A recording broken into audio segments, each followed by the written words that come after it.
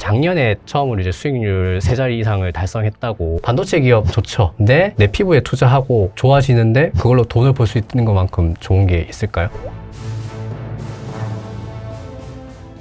That this regime has taken away from us. Iran today should have been the next South Korea of the Middle East.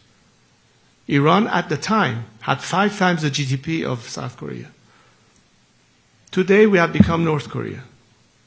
Not because we don't have the human resources, not because we don't have the natural resources, but because we have a governance that doesn't give a damn about the people and the livelihood. 고려대 중동 이슬람 센터 김덕일 박사님, 안녕하세요. 예, 안녕하세요. 예. 이란의 문제가 너무 심각해지고 있어가지고 예. 그 전에는 우리가 이스라엘과 이란의 어떤 갈등, 전쟁을 이야기를 많이 했다면 이제는 이란 자체에 조금 더 집중을 해봐야 하지 않을까. 예. 근데 이제 펼쳐지고 있는 문제가 언제 또 어떻게 돌변할지 모르는데 예. 우선은 이란이라는 나라에 대해서 우리가 과연 얼마나 알고 있을까? 저부터도. 예.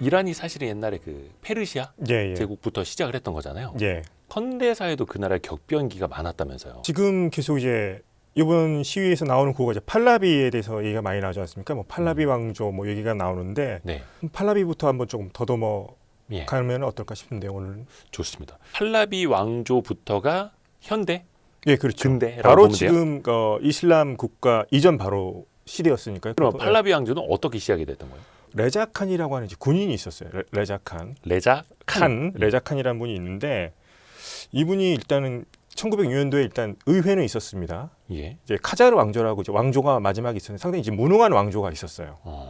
예, 외국에게 이권을 일단 석유 같은 거 다 채굴권 내주고 물론 그 당시에 기술이 없었으니까 영국한테 내주고 했었는데 그 왕들은 또 그 돈 가지고 유럽 여행도 가고 뭐 이런 식으로 그래서 좀 불균등한 어떤 계약을 맺긴 했던 거죠. 그 당시 모든 뭐 산유국들이 그랬었습니다. 중동에 있던 산유국들이 좀 불평등한 계약을 맺고 이런 상황이었었는데 이때 쿠데타를 일으켜요. 레자칸이라는 군인이.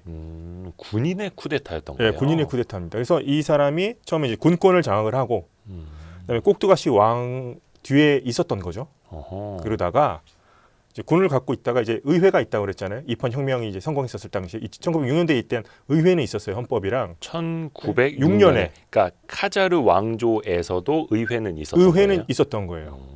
근데 이때도 이제 주도했던 사람들 중에 하나가 이따 나오겠지만 바자르라고 하는 사람들 나올 겁니다. 상인.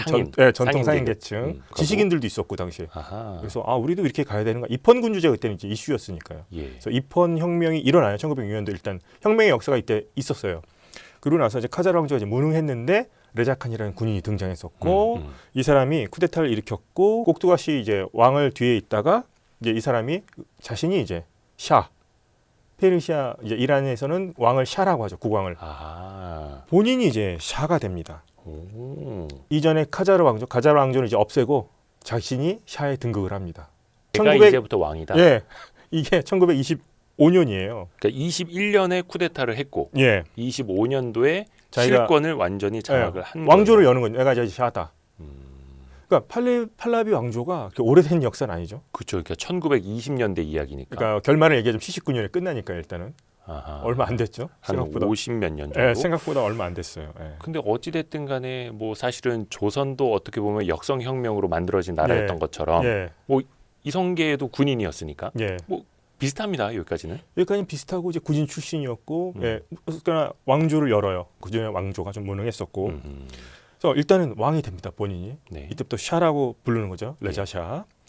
근데 이 사람이 이제 목표를 세웁니다. 뭐냐면 우리도 이제 근대 국가를 만들어야 되는 거 아니야? 그렇게 해서 군대도 새로 이제 개편하고 예. 철도도 만들고 관료제도 만들고 예. 교육도 좀 현대화를 추진하고 이런 걸 합니다. 예. 근데 여기서 이제 좀 우리가 좀 비교해 볼 만한 대상이 튀르키예라는 나라를 보면은 예. 무스타파 케말 아타튀르크라는 사람이 있어요. 예. 이 사람도 똑같이 이런 계획을 하거든요.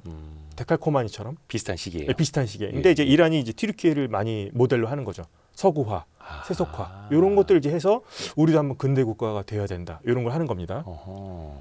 근데 결과적으로 또 얘기하자면 튀르키예는 이게 성공을 하죠. 어허. 딱 종교를 선을 긋고서 세속 국가로 가는데, 그러니까 종교는 종교로 남겨두고 네. 어떤 이념이라다가 정치, 국가의 제도에는 개입하지 못하게 하는 거죠. 어허. 뭐 믿는 거 어쩔 수 없지만 개인 생활로서 남겨두는 거고, 아하. 여성에게 레자샤가 이게 히잡 같은 거 쓰지 마라. 예. 근대 국가에서는 어. 계속 이제 서구화, 세속화하죠. 네. 복장도 좀 서구식으로 입어라. 어. 그리고 자 보통 이런 이슬람 세계에서는 법학자들이 이렇게 터번 같은 거 두르고 예. 그런 분들이 이제 법학 하잖아요. 종교법, 예. 샤리아라고 하잖아요. 어허. 법원을 이제 없애요. 이분이. 법원을 없앴다고. 이슬람은 법을 해석하는 사람, 이슬람 경전을 읽고 이런 사람들이 법학자도 같이 하거든요. 예. 그러면 이 사람들이 판사 이런 거 했을 거 아니에요. 예. 종교법원이 종교법에 근거한 네. 샤리아에 한 거. 근데 그런 법원이 아니라 우리도 유럽 같은 세속법을 만들자. 아, 어떤 그러니까 종교적인 해석으로 이제 법을 다루는 게 아니라 그렇죠. 샤리아라고 하는 이슬람 율법이 아니라 아. 근대법으로 가야 된다. 우리도 아. 인간이 만든 법으로 가야 된다. 오호호. 요게 튀르키예는 성공했어요. 예. 이걸 이제 튀르키예를 따라간다 그랬잖아요. 이렇게 네. 유럽식 모델로 해서 이란도. 그래서 종교법원 폐지해요. 그러니까 자, 종교 법원을 폐지했다. 그러면 누가 싫어할 것 같아요? 기존의 종교 엘리트들 종교. 맞죠? 예, 그렇죠. 그런 분들이 이제 기득권들. 싫어하는 건데, 이게 어떻게 보면 이게 또 국민의 동의를 얻어서 한다기보다는 좀 강압적이고 위로부터의 또 개혁이잖아요. 아하. 조금 이제 불만을 갖는 사람들이 생기기 시작하죠. 그러니까 종교 지도자급들, 예. 이슬람 법학자들, 뭐 전통적인 가치를 있는 뭐 보수적 계층들, 사회가 갑자기 이렇게 바뀌나? 뭐 이런 생각을 하기도 하겠죠. 반발했겠네요. 그리고 또 누구요? 바자르 상인들. 바자르 상인들은 항상 보면 종교 엘리트들이랑 되게 같이 이렇게 친해요. 기부도 하고 뭐 서로 이렇게 도움도 받고. 그러니까 상인 계층인데 네. 기존의 기득권들하고도 굉장히 친하게 지냈던. 근데 특히 친한 건 이 왕들보다는 특히나 이 종교 엘리트들. 그러니까 보통 이제 성직자 집단이라고도 하는데 이런 이 이슬람 학자들하고 되게 친해요. 이렇게 항상 같이 둘이 이제 뭐 깐부라고 할까요? 항상 같이 붙어 다닌다 볼 수 있을 것 같아요. 예. 교육도 되게 이슬람 세계에서는 그 모스크 같은 데서 가르쳐요. 뭐 이슬람 경전 꼬란을 가르친다던가 네. 하는데 아니야. 이제부터 교육도 국가가 하겠어. 예. 그러니까 유럽식 교육을 하는 거죠. 근대 교육 같은 거. 예. 이것도 튀르키예는 성공했어요. 예. 이란도 이걸 합니다. 예. 자, 이렇게 했는데 그 전에 교육을 했던 게 어디라고요? 모스크라고 그랬잖아요. 예, 이슬람. 예. 사원 같은 거. 예. 그런데 자, 법 해석 같은 것도 이제는 세속법으로 하겠다. 그다음에 교육도 이제 국가가 하겠다. 이러면은 약간 종교 엘리트 입장에서는 박탈감을 느끼겠죠. 우리가 다 했던 건데. 힘이 다 빠지고. 뭐 근대화란 이름으로 이렇게 되는 거야. 뭐 이런 느낌이 들겠죠. 그렇게 되고 아까 히잡 같은 거 쓰지 마라. 그러니까 여성에 대한 뭐 이런 좀 권리 같은 거 강요하고 했었고요. 근데 이런 것들에 대해서 이제 강력한 저항이 있게 되겠죠. 그래서 이란에서 오히려 1900년대 초반에 막 미니스커트 입고 다녔다. 예. 그런 게 지금도 많이 회자가 되잖아요. 그거는 이제 또 그게 그 시절이에요? 이 사람이 조금 더 아들 때 가서 또 더 좀 시간이 이거는 이제 지나서 그 사람의 아버지 때 일대 어. 레자 샤 레자 팔라비, 칸이 레자 샤가 됐을 예. 때. 그리고 이제 중요한 게 이 사람은 이제 옛날 페르시아 제국의 영광 같은 걸 복원하고 싶어 했어요. 예. 그 전에 카자르 왕조는 이란 왕조긴 했는데 계통을 따지면 티르크 계통이었단 말이에요. 그러니까 내가 좀 순수한 페르시아의 어떤 영광을 한번 재현해 보겠다. 그러니까 페르시아 민족의 영광 이렇게 예. 하면서 또 나라 이름을 결정적으로 바꿔요. 전에는 페르시아였는데 이때 이란으로 바꿉니다. 1935년이에요 이게. 그러면 페르시아가 이란으로 이름이 바뀐 게 얼마 안 됐네요. 안 됐어요. 100년도 안 됐네요. 안 됐습니다. 1935 1935년 이란이 됐습니다. 이게 이름이 되게 보면 아리아인들이라고 하잖아요. 넓게 보면 네네. 아리아인들의 땅이다. 뭐 이렇게 해서 상당히 좀 더 포괄적인 개념으로 바뀌죠. 그러면서 언어 안에서 이제 아랍어 언어 같은 거 있었던 거 예전에 그러니까 아랍 이슬람 들어왔던 그런 언어 같은 것도 많이 정화하고 뭔가 좀 예. 언어도 이제 좀 순수한 우리 옛날 원래 페르시아 것을 한번 다시 찾자 이런 운동을 하는데 잘 나가다가 1941년도에 이게 2차 세계대전이 벌어져요. 이란 지금 이 페르시아 당시에 가장 문제가 뭐였냐면 여기를 항상 나누려고 했던 나라들이 러시아와 영국이었어요. 이때 이제 소련이겠네요. 41년이니까. 네. 그것에 대해서 자꾸 이제 분단이 되기도 하고 분할되기도 했었는데 레자샤가 그러면 러시아와 영국이 싫으니까 누구랑 손을 잡냐면 독일하고 좀 친하게 지내보려고 합니다. 그때 독일이 이제 나치 독일이잖아요. 예. 손을 잡으려고 하다가 오히려 제거를 당해요. 영국과 러시아, 소련에 의해서. 레자샤가 독일 손을 잡으려다가 영국이랑 소련에 의해서 레자샤가 폐위된 겁니다. 이해는 가요. 뭐 나치 독일이 나쁜 나라긴 했는데 당시에. 그동안에 이 이란, 이 페르시아, 카자르 왕조 때도 보면 항상 영국과 러시아의 이익이 부딪히는 곳이 여기였거든요. 그래서 자기들끼리 결정해서 남북으로 나누자 뭐 이런 얘기도 하고 가슴 아픈 역사가 있었는데 레자샤 입장에서 나 독일하고 한번 어떻게 좀 친해져 보려고 예, 그 그렇게 당시 했었는데 레자샤의 이란 입장에서 보면은 예, 자꾸 자기네들을 갈라먹으려고 하는 예, 소련과 영국보다는 예, 견제 차라리 저기 있는 독일이 낫다. 독일도 한번 이란하고 친하게 지내보려고 했었으니까요. 또 히틀러가 그런 거 강조했죠. 아리아인 뭐 이런 강조했는데 아리아인의 나라 이란 뭐 이런 식으로 했었는데 결국에는 이 지역이 또 중요한 위치다 보니까 결국에는 영국과 러시아, 소련에 의해서 이 레자샤가 폐위당하죠. 그러고 나서 낙동강오리알 된 거네요. 좀 기구하죠. 여기까지는 잘 해보려고 했는데 이렇게 됐습니다. 네네네네. 그래서 아들에게 왕위를 넘기고 너는 남아공으로 가라, 남아프리카로 망명해요? 쫓겨난 거죠. 유폐되다시피 해서 망명을 한 거고 아들에게 왕위를 넘깁니다. 이 사람이 우리가 아는 이제 제일 유명한 왕자죠. 모하마드 레자 샤라는 왕입니다. 모하마드 레자 샤. 예. 근데 이제 이 사람이 됐는데 어떻게 보면 외세에 의해서 옹립이 된 거잖아요. 쫓겨나고 그러니까 아버지를 폐위시키고 피위시키고 외세에 의해서 예. 아들이. 아들이 앉은 거죠. 근데 그 아들이 앉은 것도 본인의 의지 아니면은 뭐 영국과 러시아에 의해서 어떻게 보면 아버지 쫓겨나고 이 사람이 왕위에 앉은 거죠. 일단은 껍데기. 그렇게 큰 힘은 없죠, 맞죠? 예.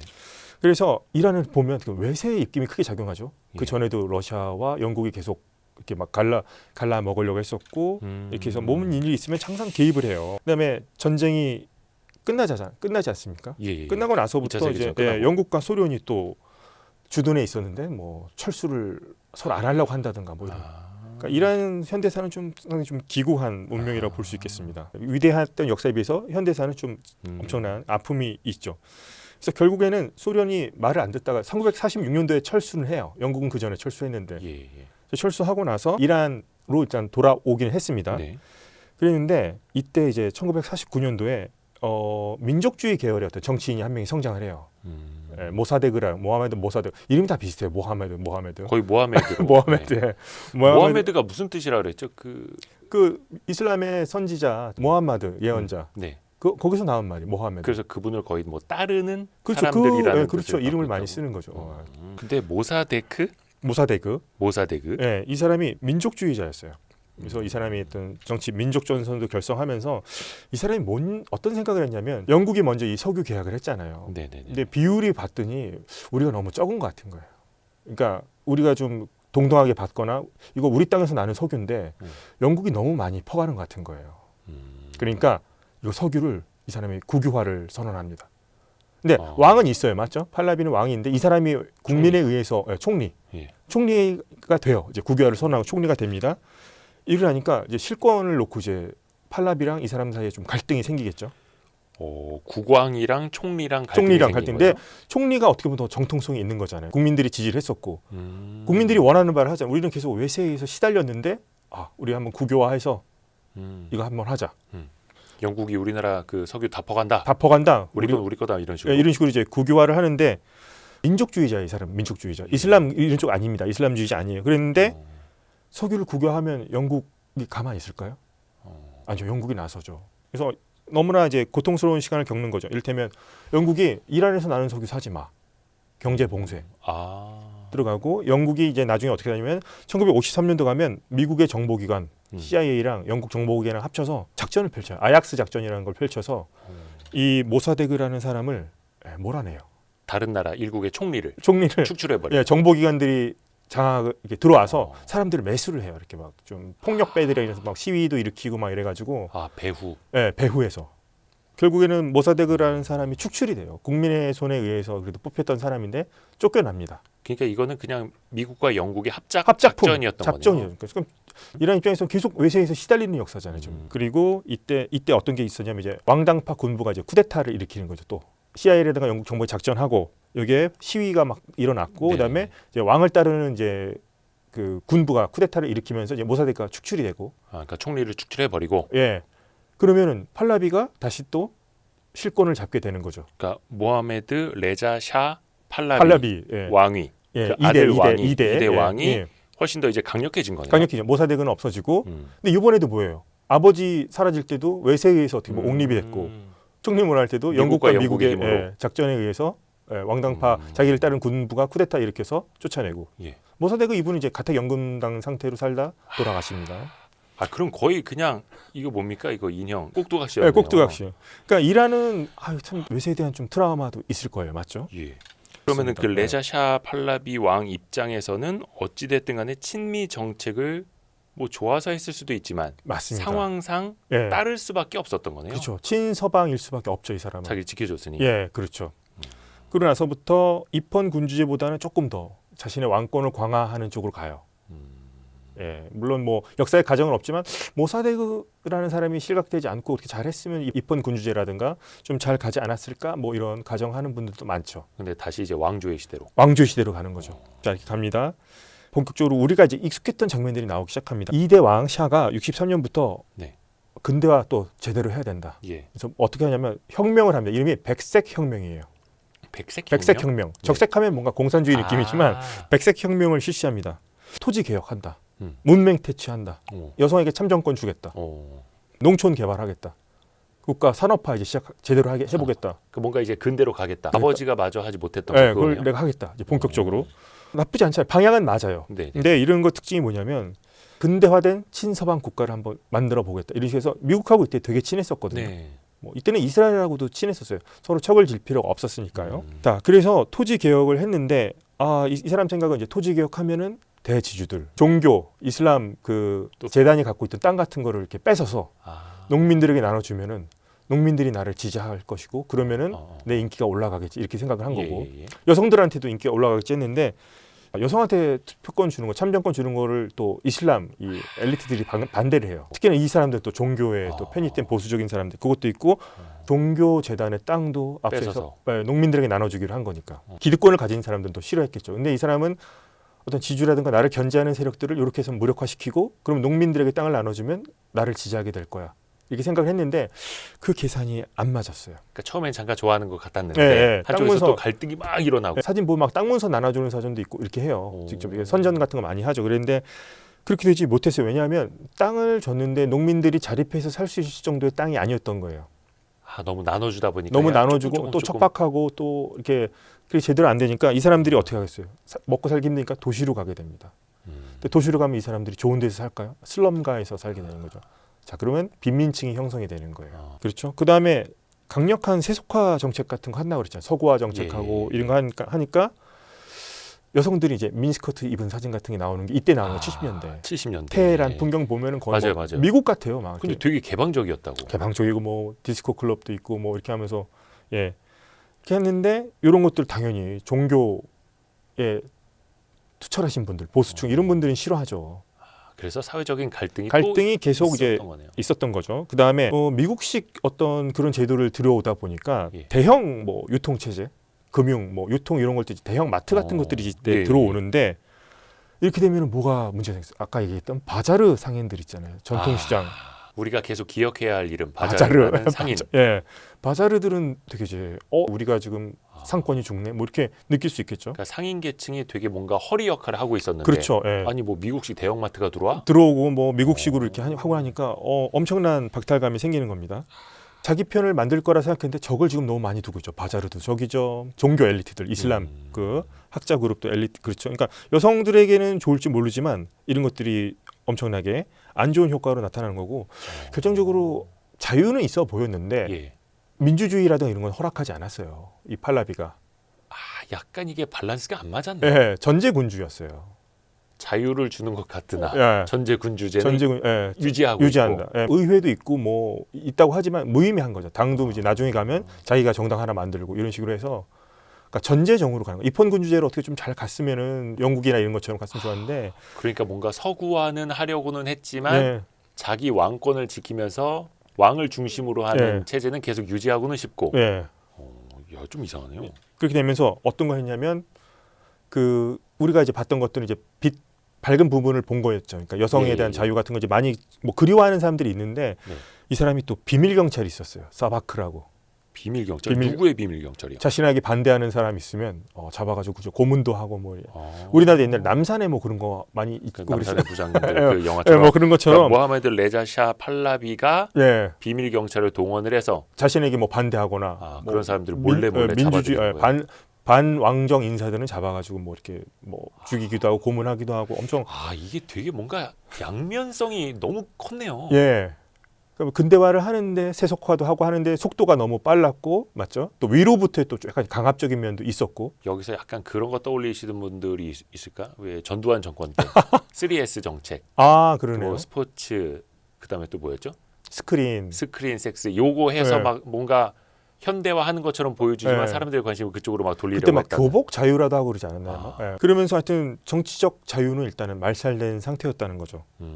그러면 이제 자 빈민들도 반대하기 시작했죠. 빈부격차도 심화되고 그런데 이때 이제 계속 이제 반대하던 이슬람 법학자가 한 명 있었어요. 네. 그 사람이 호메인이라는 사람이었어요.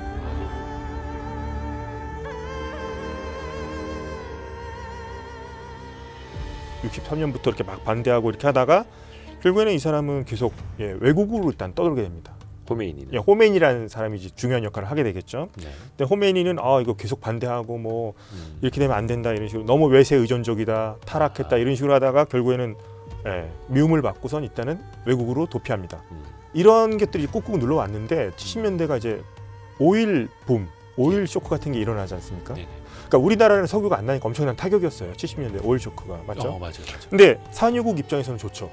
추소니까. 추소니까 그래서 이때 또 이제 근대화하면서 엄청나게 석유로 이제 부를 얻고 하니까 군비도 엄청나게 미국의 최신식 전투기도 이때 다 사모으고 엄청나게 70년대가 이란이 가장 잘 나가던 때네요. 그렇죠. 석유가 이제 유가가 근데 내부에서 올라니까 근데 또 갈등은 많았고. 그렇죠. 근데 꾹꾹 눌렀는데 석유 수입이 들어오는 거죠.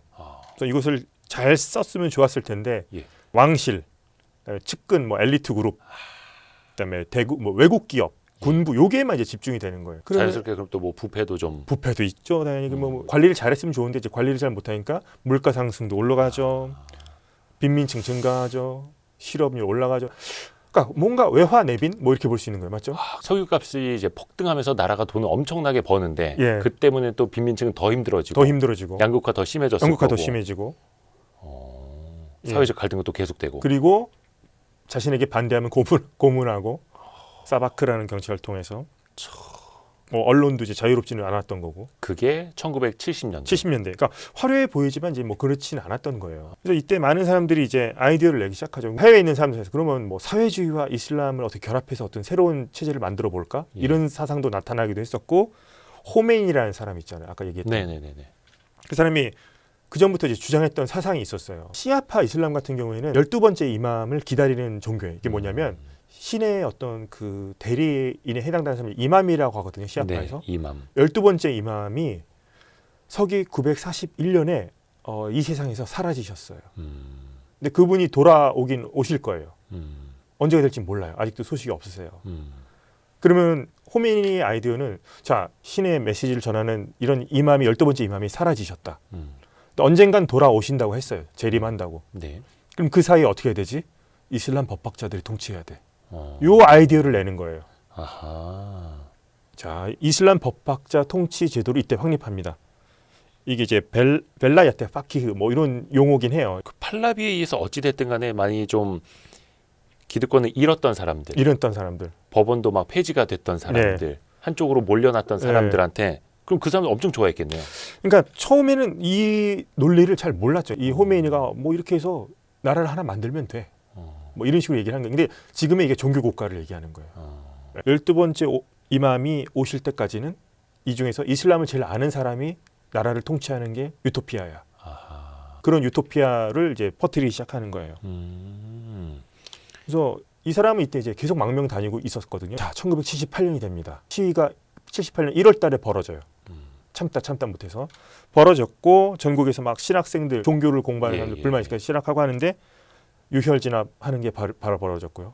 그때 유혈 진압을 했던 거예요. 사상자 팔라비 왕조가. 팔라비 왕조가 일단 1978년에 팔라비 왕조도 유혈 진압을 했다는 걸 또 기억을 해야죠. 기억해야죠. 그러고 나서 이제 사람들이 불만이 있었는데 이제 퍼져 나갈 거 아니겠습니까?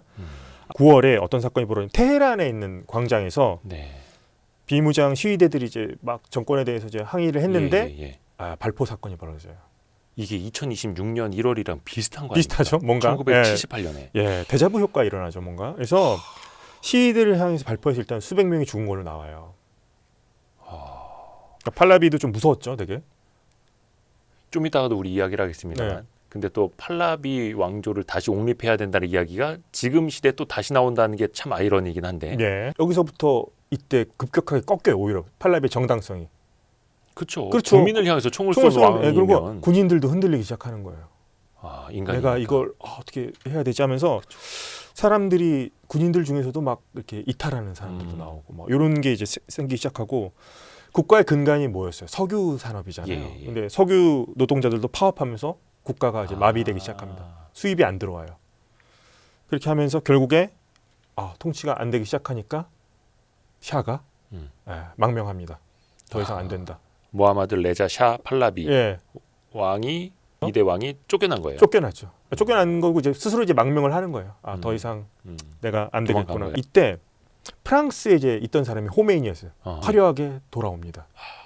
팔라비가 나가고 호메이니가 이제 돌아오고. 파리에서 이 사람은 뭘 했냐면 거기다 이제 카세트 테이프를 통해서 자신의 설교를 녹음한 걸 이란에 계속 보냈어요. 그럼 사람들이 정신적으로. 테이프를 듣고서 막 이런 메시지를 전하는구나.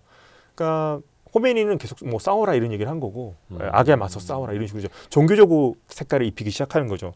자, 일단 호메니가 돌아왔어요. 예. 그러니까 많은 사람들이 이제 뭐 환호 속에 귀국을 했고 에어프랑스를 타고 돌아오면서 혁명이 끝납니다. 완성된 것으로 선포가 돼요. 언제요? 79년 2월 11일. 아. 그러니까 78년 1월에 첫 시작이 있었다면 79년 2월 11일 날 혁명이 승리한 것으로 일단 결론이 납니다. 그러면서 이제 호메니가 어떻게 하냐면 사람들이 봤을 때는 좀 그래도 예전에 탄압도 받고 좀 연세도 있으시고 하니까 우리의 구심점이 될 수 있다 이렇게 생각을 한 거예요. 네. 근데 이 혁명은 호메니만 한 게 아니라 그 당시 자유주의자, 세속주의자, 좌파, 뭐 마르크스주의자, 여성운동하는 사람들 다 같이 참여했던 시위였어요. 샤라고 하는 사람을 타도하기 위해서 다 뭉쳤던 거였었거든요. 팔라비를 몰아내는 데는 사실상 이란의 전 국민들이 대동단결했던 그렇죠. 거예요. 예, 당시에는. 각 세력이 같이 뭉친 거죠. 78년, 79년. 예, 여성운동하는 분들도 있었고 그다음에 이거 이제 호메니는 종교 엘리트라고 부를 수 있겠죠. 그 한 부분이었는데 호메니가 일단 환영을 받고 돌아왔고 많은 사람들이 이제 기대를 했죠. 저분이 좀 잘한다. 연세도 있으시고 뭐 우리의 구심점인 것 같아. 뭐 이렇게 네. 해서 했는데 국민투표를 해요. 이사는 일단은 네. 정부가 따로 국민투표를 하는데 이슬람 공화국이라는 걸 놓고 투표를 하는 거예요. 예, 아니요. 어떻습니까? 이렇게 투표를 하라고 하는데 사람들은 몰랐어요. 이슬람 공화국이 뭔지. 그러니까 호메이니가 아까 아이디어 얘기했잖아요. 예. 이슬람 법학자가 12번째 이맘이 올 때까지 이슬람 종교 국가를 만들어야 해. 요건데 네.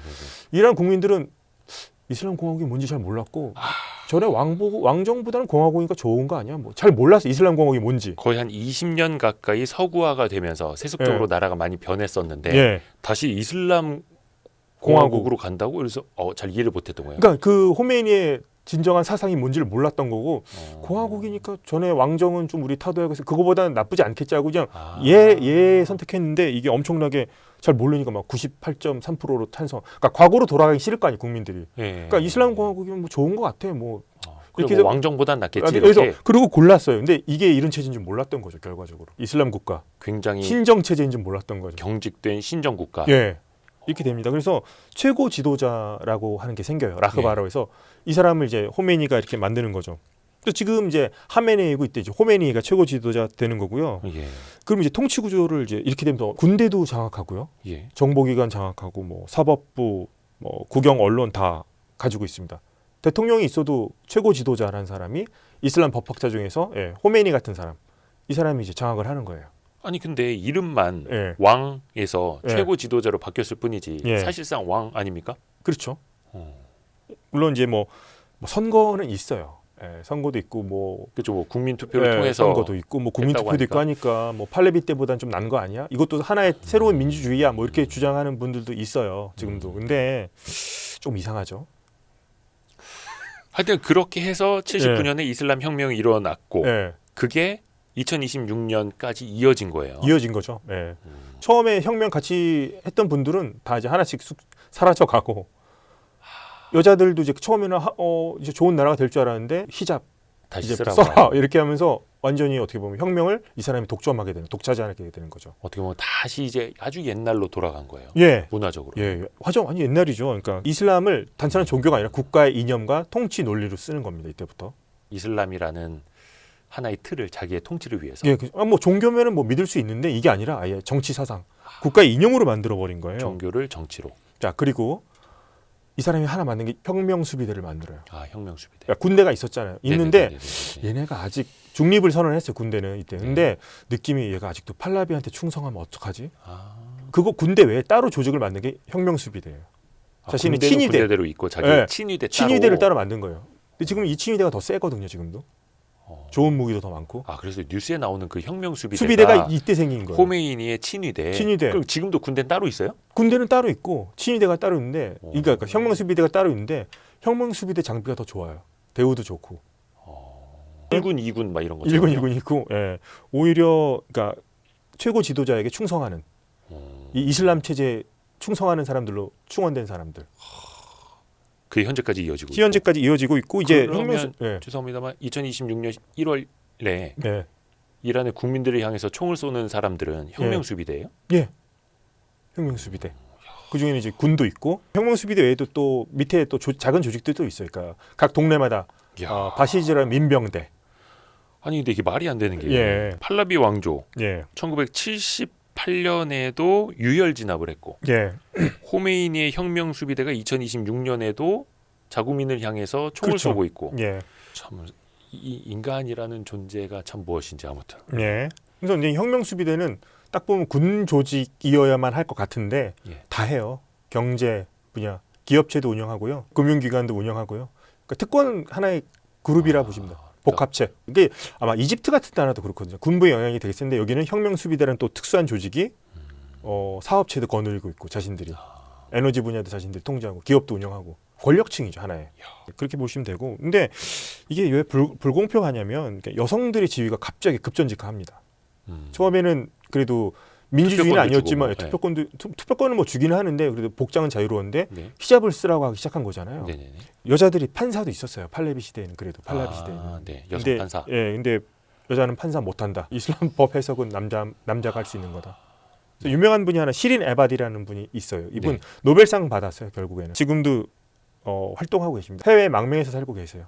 근데 판사였는데 이슬람 혁명 일어나고 난 다음에 그냥 좀 직원 서기 같은 거나 해라 너는 행정직원. 강등시켜. 근데 그분들을 뭐 이렇게 비하하는 거 아닌데 여자는 판사 못한다.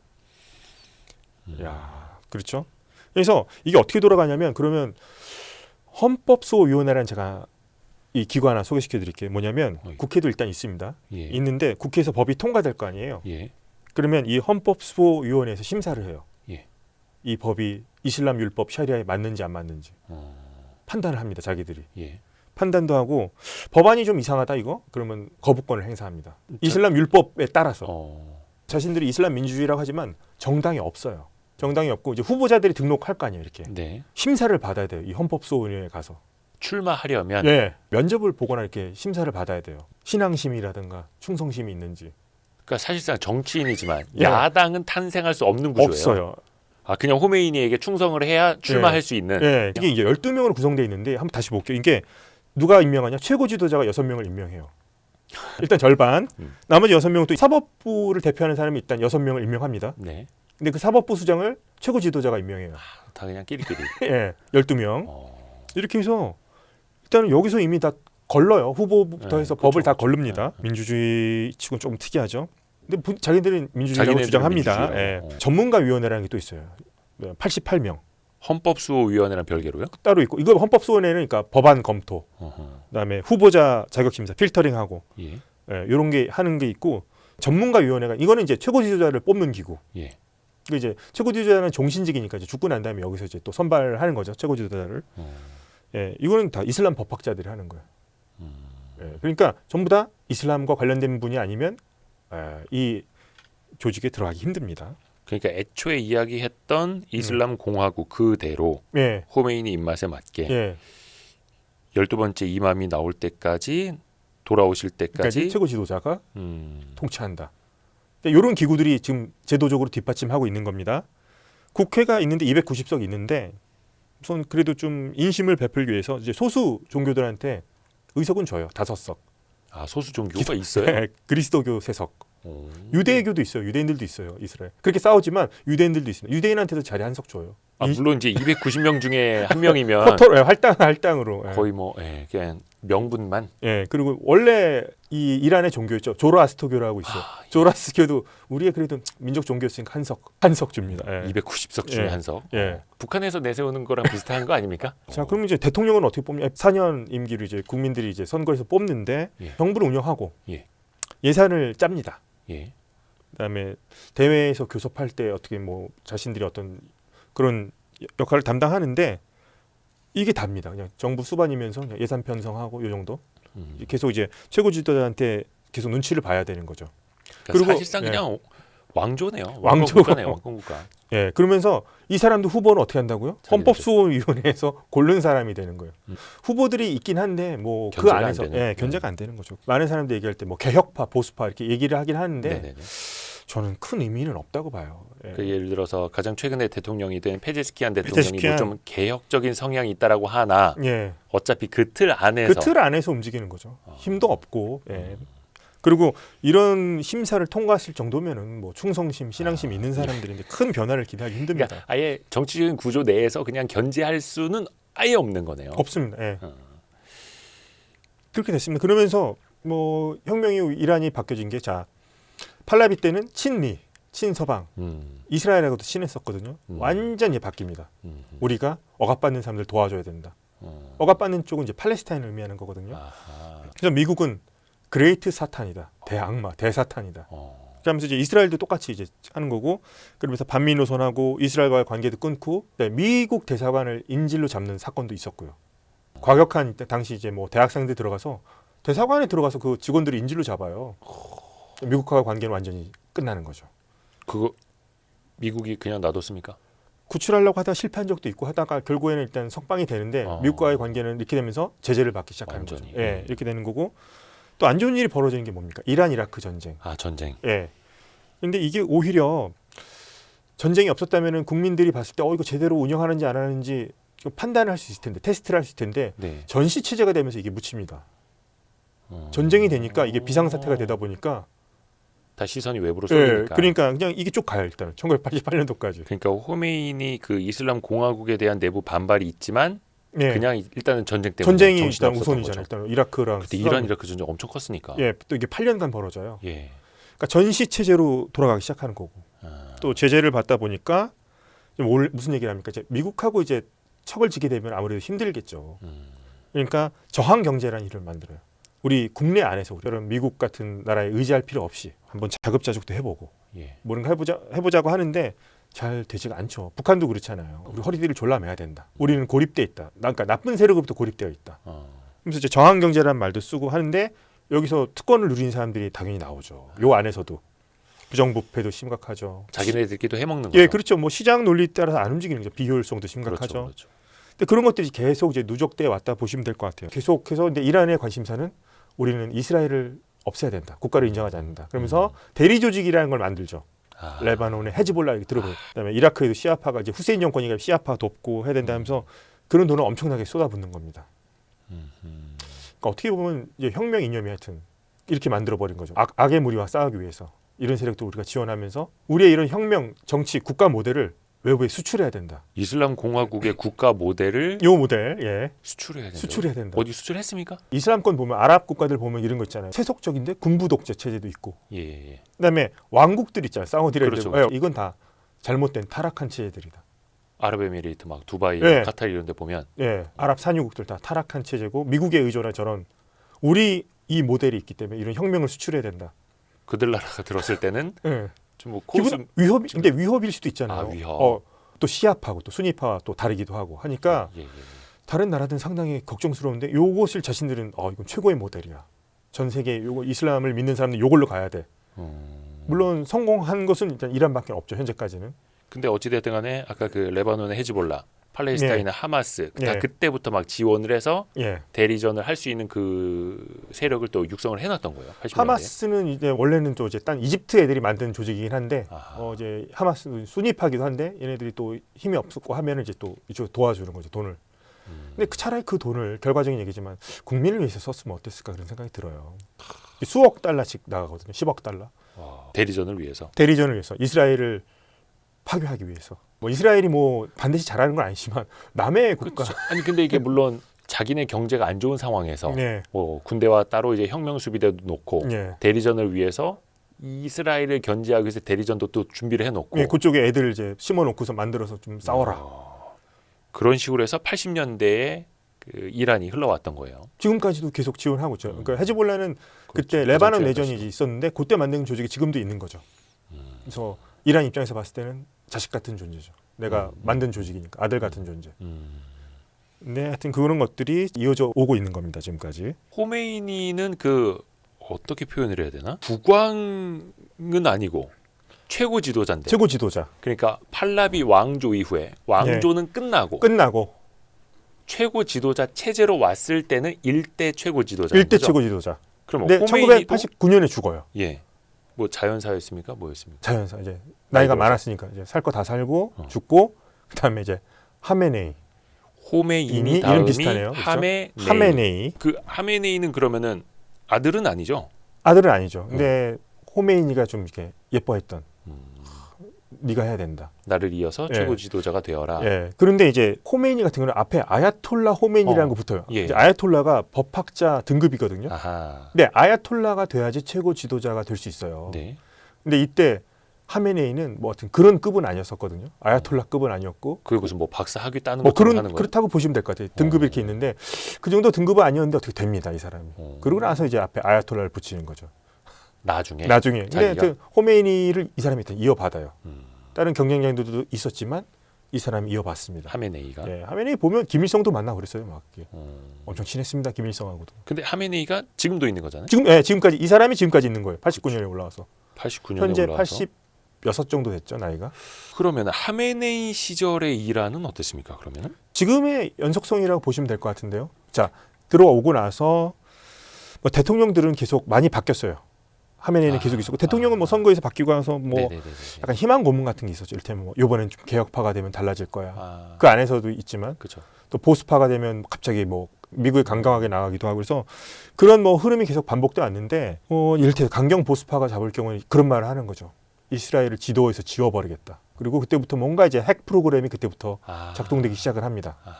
국제 사회에서 이제 우려의 눈초리를 보기 시작하기도 하는 거고.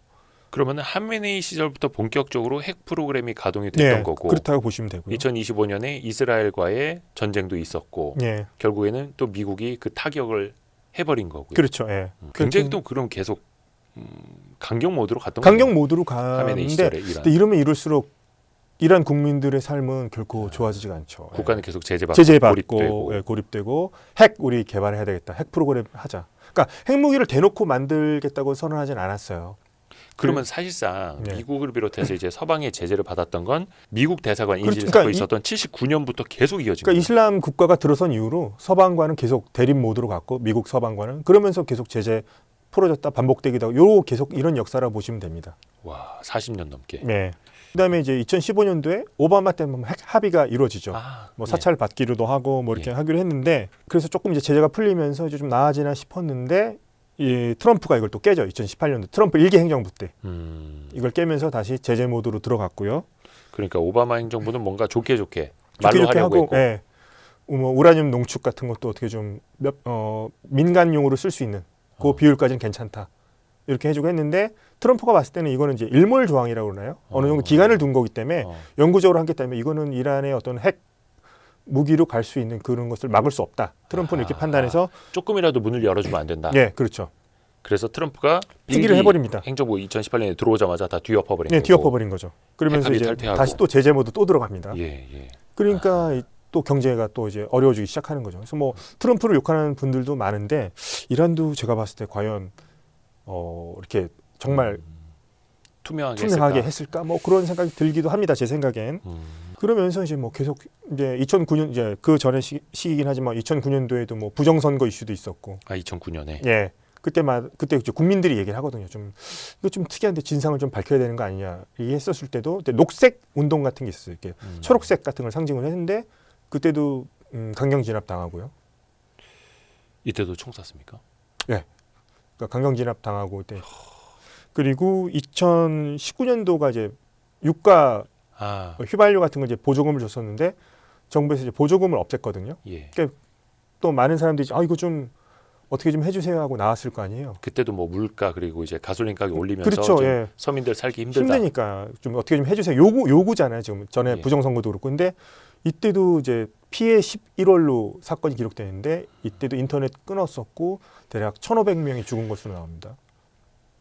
1,500명이요? 예. 2019년에도? 예. 아니 아까 78년도 그렇고 2009년도 그렇고 예. 2019년도 그렇고 예. 2026년도 그렇고 예. 여기는 시위가 나면은 강경 진압이고 유혈 사태고 국민을 향해서 총을 쏘고 막 이게 계속 반복된 거예요. 예. 지금까지는 계속 그러네요. 야, 참. 그리고 이제 유명한 게 이제 2022년 히잡 시위. 예. 한 여성이 히잡을 아직 안 쓴 것도 아니고 좀 잘못 썼다 해서 뭐 도덕 경찰한테 이제 잡혀갔는데 그러고 나서 이제 죽은 거죠. 예. 이제 사람들이 생각했을 때는 이거 공권력에 의해서 이제 머리를 좀 타격을 받아 죽은 거다. 뭐 이런 식으로 하면서 그때 많은 사람들이 들고 일어났었죠. 그러니까 어떻게 보면 예. 경제난으로 인한 시위, 예. 생활고에 인한 시위, 또 히잡 같은 여성의 인권도 민주화를 위한 시위는 여러 번 계속 있었던 거죠. 예, 부정선거도 2009년에 녹색운동 예, 예. 항의 시위가 있었고, 근데 그때마다 하메네이 정권에서는 강경 진압을 해서 다 틀어 막았던 막았죠. 거예요. 근데 불만이 이제 계속 쌓아오는 거죠. 지금 계속 이렇게. 근데 그게 2026년 1월에 예. 대규모 시위로 또 이어졌고, 예. 어떻게 보면 과거보다 훨씬 더 큰 지금 사태까지 가고 있는 거잖아요. 그렇죠. 근데 그때 시위는 자, 2022년도 때도 뭔가 이제 체제에 불만 나타내는 구호가 나타나기 시작했는데 네. 그때는 이제 그렇게 했으면 됐단 말이에요. 조금 저거는 일부 젊은 애들이 지금 일탈한 거야. 있었는데 요번은 그게 다르다는 거죠. 첫 번째 어디서 시작됐냐면 바자르. 계속 얘기했죠. 우리가 바자르. 상인계층. 예. 이 사람들이 어떻게 보면 팔레비 타도할 때도 같이 엘리트와 손잡았던 사람들인데 여기서 일단 시작이 된 거죠. 장사를 못 하겠다 지금 도저히. 아니 그러니까 예. 99년에는 대학생들의 민주화 시위였고, 예. 2009년에도 예. 뭔가 민주화 시위도 뭐 학생들 예. 예. 선거 이슈. 예. 선거 이슈, 그 히잡 시위는 이제 뭐 여성들이라든지 예. 뭐 개혁파의 시위였다면 예. 이제는 중추였던, 예, 그렇죠. 그리고 하메네이 정권을 어떻게 보면 떠받들고 예. 있는 대들보가 그냥 들고 일어나서 예. 지금 시위를 하고 있다라는 거예요. 그렇죠. 그러니까 그러니까 환율이 너무나 안 좋잖아요. 지금 인플레도 있고 하니까 이 그렇죠. 사람들은 야, 가게 문을 열면 열수록 이거 못 살겠다. 이러면서 이제 셔터를 닫아버렸는데 여기서 구호도 이제 독재자에게 죽음을 이런 얘기까지 나오고 뭐 물론 독재자의 죽음을 팔레비 때도 나왔던 구호인데 여기에 이제 지칭은 이제 하메네이로 바뀐 거죠. 그러니까 이번에 그 되게 상징적인 사진 이미지가 예, 여성들이 예. 하메네이 사진을 불태우면서 그걸로 담배를 예, 예. 붙이는 게 예. 엄청나게 이제 상징화가 되더라고요. 상징화가 됐죠. 예. 근데 그 전에도 그러면 시위가 있을 때 예. 하메네이를 몰아내자, 예. 막 이렇게까지 막 사진을 불태우고까지 갔어. 하메네이 있을까요? 이름이 등장한 거는 상당히 이례적인 것으로 나오고 있는 거죠, 지금. 아 이거 매우 이례적인 거예요. 이례적인 거죠. 독재자에게 죽음을 딕타토르 뭐 이런 게 나왔었는데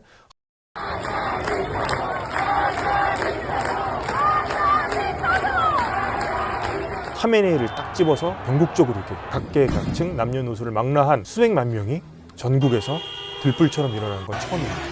최대 규모 시위고요. 현재까지 최장기간 시위죠. 그러면 그 78년 예. 팔라비 왕조를 향해서 시위가 벌어졌고 네. 유혈 진압했던 거랑 비교하면은 네. 어떤 거예요? 그게 이제 79년 이슬람 혁명으로 이어졌던 건데. 네. 그때 사망자 숫자는 통계가 다 달라요. 다르긴 한데 대략 한 2,000명에서 4,000명. 그것도 너무나 많이 죽었죠. 아니 거긴 무슨 사망자 숫자가. 아니 그러니까 이번에도 예. 몇 백 명이니 몇 천 명이니 예. 만 명 단위를 넘었니 막 나오는데 예. 정확한 숫자는 알 수는 없고. 예. 근데 이게 이란에서는 한두 번 있었던 일이 아니었고. 아니었죠. 예. 근데 사이즈는 훨씬 더 커진 거고 예. 심각해지고 있는 거고. 예. 그래서 현재 이슬람 공화국 체제가 들어선 이후로는 집권층에게는 가장 큰 위기였던 거죠. 그러면 하메네이 입장에서 보면 예. 내가 89년부터 통치를 시작했는데 예. 그 사이에 여러 번 이런 일이 있었지. 예. 이번에도 총 쏴서 예. 애들 진압시켜 예. 라고 그 사람 머릿속에 박혀 있을 거 아니야. 박혀 있을 거고 결국에는 최종 명령권자는 그 사람이잖아요. 발포하라고. 예. 86, 예, 86세 되신 분이. 아니, 나이도 많아요. 예. 아니 그러면 그 최고 지도자 체제가 과연 이참에 예. 어떻게 달라질 수 있을 것인가. 예. 그러니까 이란 국민들은 왕조도 경험을 했지만 그 예. 부작용도 겪어봤고 예. 최고 지도자 체제도 겪어봤지만 부작용도 있었고 예. 이거 예상하기는 좀 어렵겠으나 예. 이란의 앞날은 이제 어떻게 될까요? 지금 이제 많은 1월 8일 올해 1월 8일까지 이제 전 국민이 시위 나왔을 때 경찰력으로 진압이 안 됐었거든요. 그래서 수백만이 거리가 사람들을 메우고 막 구호도 외치고 그때는 이제 뭐 팔라비 뭐 국왕 만세 이것이 마지막 전투라고 하면서 팔라비가 돌아온다 뭐 이런 얘기를 했었거든요. 근데 뭐 팔라비가 좋아서 왕정 복구를 원하는 건 아니고 이제 민주주의를 원했던 거고 이슬람주의 이 국가에 대해서 팔라비라는 이름을 부름으로써 이슬람 체제 너희가 더 나빴다. 뭐 그 정당성을 부정하는 상징으로서 팔라비를 소환하고 있는 거죠 지금. 근데 팔라비도 사실은 쫓겨난 왕이었잖아요. 왕세자. 왕세자가 미국에 있다면서요. 지금 있어요. 세 번째 왕 3대죠. 물론 나는 할아버지랑 아버지랑은 다를 거예요라고 할 수도 있겠으나 예. 근데 팔라비 왕조 역시 이란 국민들이 못 예. 살겠다. 예. 축주를 한 건데 예. 다시 또 팔라비를 추억한다라는 건 예. 이게 뭐 국왕이 명관인지 그래도 하메네이보다는 낫다 이건지 지금이 더 최악이라는 최악. 그러니까 차라리 차악이 낫다 이거예요? 차악 아직까지는 뭐 트럼프 대통령도 이 사람 뭐 사람이 좋은 사람이야. 다만 과연 만약에 체제가 붕괴 이후에 이 나라를 이끌어갈 수 있을지는 잘 모르겠어요. 이 정도. 하지만 이 사람의 메시지가 통하긴 했어요. 1월 8일 날 8시에 모여서 여러분 거리를 행진해 주십시오. 이렇게 얘기했었거든요. 제 친구도 같이 막 나가고 그랬었습니다. 그 시간에 맞춰서 저한테 사진 찍은 것도 보여주고 그 후로 제 메시지를 안 읽고 있어요. 거의 지금 다 통신이 차단된 거죠. 그렇습니다. 그러니까 그 방금 말씀하신 게 그 트럼프 미국 대통령이 1월 14일에 로이터 그 인터뷰에서 팔라비는 괜찮은 사람처럼 보이지만 이란에서 어떤 반응을 얻을진 잘 모르겠다. 이란이 팔라비의 지도력을 받아들일지는 알 수 없지만 만약 받아들인다면 나는 문제 삼지 않을 것이다. 그러니까 그쪽에 정권 교체까지도 염두에 두고 있다라는 거잖아요. 지금. 그렇죠. 이 사람이 그래도 해외에서 인지도가 제일 높은 사람이잖아요. 인지도가 제일 많아요 일단은. 해외에서. 미국. 어찌됐든 미국에도 인맥이 있고. 왕세자였으니까. 뭐 싫어하는 사람도 있겠지만. 능력을 보여준 건 없지만. Ali Khamenei and his thugs have committed mass crimes against the Iranian people and against all of humanity. And just like those other tyrannies, the Islamic Republic will fall, not if, but when. The world must hear this clearly. The battle in Iran today is not between reform and revolution. It is between occupation and liberation. And the Iranian people have already chosen their side. Their heads are bloodied, but unbowed. 그러면 안 그래도 이란이 눈의 가시였던 트럼프에게 또 이스라엘도 가만히 있지는 않을 거고 기회는 찬스다. 친미 국가로 만들어보자라는 게 사실 미국과 이스라엘의 수건 아니었습니까? 그렇죠. 수건이고 가장 이제 궁극적인 목표는 그거라고 보면 될 것 같아요. 근데 우선 첫 단계는 이제 미국이 내거는 조건이 핵 협상할 때 나오는 조건이 첫 번째 이란 자국 내에서 우라늄 농축하지 마라 이거거든요. 핵을 무기를 만들 수 있는 직전까지 가는 그런 단계 허용하지 않겠다. 그것도 이제 이스라엘이 제일 많이 신경 썼던 거고. 제일 두려워하는 거죠 이스라엘이. 트럼프한테도 엄청나게 그런 식으로 우회적인 이제 압박을 했던 거잖아요. 유대인들 그걸 통해서. 그럼 미국 입장에서 보면 지금 저렇게 유혈 시위도 일어나고 있고 인류를 뭔가 지키기 위해서라도 인간의 생명을 지키기 위해서라도 이제 개입할 가능성은 점점 높아진다고 하고 이참에 왕조를 바꿔버리고 친미 국가로 세우기에는 너무나 좋은 찬스라고도 보일 거 아니에요? 그렇죠. 지금이 최대 위기니까 일단은 그쪽이 이슬람 신정 체제 입장에서는 최대 위기 국면을 맞습니다. 현재. 뭐 이후에는 어떻게 될지는 모르겠습니다만 이게 참 예측은 어렵고 다시 이제 민주공화국이 아닌 왕조 체제로 돌아갈 수도 있겠어요. 팔라비를 다시 옹립을 한다면. 지금 시위대들이 원하는 거는 민주주의 체제예요. 종교 국가가 아니라 이제 세속적인 민주주의 국가를 원한다. 다만 뭐 이를테면 공화국을 원하는데 뭐 팔라비를 만약에 뭐 인정을 해주고 뭐 큰 역할을 만약에 한다면 정말 중요한 역할을 그다음에 입헌 군주제까지는 고려해 볼 수도 있겠죠. 그러니까 약간 뭐 영국이나 일본처럼 왕은 있지만 국민들이 이제 투표를 통해서 모든 걸 결정하는 그런 나라로 가자. 상징만 있을 뿐 그를 입헌 군주제 고려해 볼 수 있지만 현재까지 하여튼 민주주의 체제를 바라는 겁니다. 국가 형태가 어떻게 되든 간에. 근데 팔라비는 자신이 뭐 왕을 하겠다 얘기한 적은 없어요. 자기는. 나는 그냥 아직까지는. 만약에 과도 정부가 들어서면 체제가 붕괴되고 그러면 과도 정부 안에서 내가 뭐 할 수 있는 역할을 하겠다. 이 정도만 얘기하고 있습니다. 근데 사실 어느 나라든 지도자라는 사람은 필요하고 미국 입장에서도 자기네 말 잘 들어줄 사람은 필요하고 뭔가 정통성, 혈통이라고 표현하기 좀 우습습니다. 요즘에. 그래서 팔라비를 뭐 미국의 정보 당국에서 뭐 접촉을 했다. 뭐 이런 이야기도 있고. 사실 이란이 역사적으로 굉장히 이제 뿌리가 깊은 나라입니다만 현대 사회 그것도 100년 남짓 네. 탄 시간 사이에 정말로 슬픈 일이 되게 많았었네요. 그러니까 우리가 뭐 유가 생각 많이 하고 예. 미국의 제재, 예. 뭐 핵 프로그램, 이스라엘과 뭐 미사일을 서로 이제 주고받은 막 이런 것들을 많이 다뤘었는데 어떻게 보면 그 한 100여 년 사이의 뿌리를 그러네요. 또 예. 우리가 알아야 현재 상황을 또 이해할 수 네. 있었네요. 이란의 한 100여 년 역사, 예. 짧은 시간에 또 압축적으로 잘 정리해 주신 고려대 중동이슬람센터 정치경제연구실장이신 김덕일 박사님 고맙습니다. 감사합니다. 고생하셨습니다. 고생하셨습니다. 예.